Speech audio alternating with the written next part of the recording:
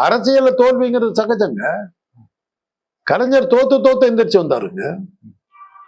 இன்னைக்கு அவங்க அந்த குடும்பத்தை பத்தி நீங்க பேசாத பேச்சு இல்ல. 3% அவங்கள பத்தி இப்ப எழுதாத அவதூறு இல்ல, எழுதாத அசிங்கம் இல்ல. கலைஞர் ஊழல்வாதின்னு பெருசா இது பண்ணாங்க. கடைசியில யாராச்சு என்னாச்சு? அந்த 3% சேர்ந்த ஜெயலலிதா தான் ஏவன் குற்றவாளின்னு ஜெயிலுக்கு போய் செத்தும் போனாங்க. சர்க்காரிய கமிஷன்றாங்க. அதை பத்தி பேசுறது என்ன? சர்க்காரிய கமிஷன்ல யார் ஜெயிலுக்கு போனா? நிரூபிக்க முடிஞ்சுதா உங்களால?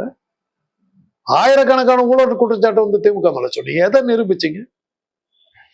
2G ஊழல் சொன்னீங்க. அந்த ஜட்ஜி என்ன சொன்னாரு? கேஸ் கொடுக்கறதுக்கு வாங்கன்ற ஒருத்தனும் வரல, நான் கடையை மூடிட்டு போயிட்டாரு. என்ன பண்ண முடிஞ்சது உங்களால? உங்களால தூக்கி பிடிக்கப்பட்ட உங்கள் ஜாதியை சேர்ந்த ஜெயலலிதா என்ன ஆனாங்க? ஏவன் குற்றவாளின்னு தானே ஒரு மரணத்துல கடைசி வரல இந்த ஏவன் குற்றவாளியா தான் உள்ள போனாங்க. அவங்க இறந்து போனாங்க. அதனாலதான் அவங்க படத்தை திறந்து வைக்கிறதுக்கும் அந்த சமாதியை இது பண்றதுக்கும் தலைவர்கள் யாருமே வரல.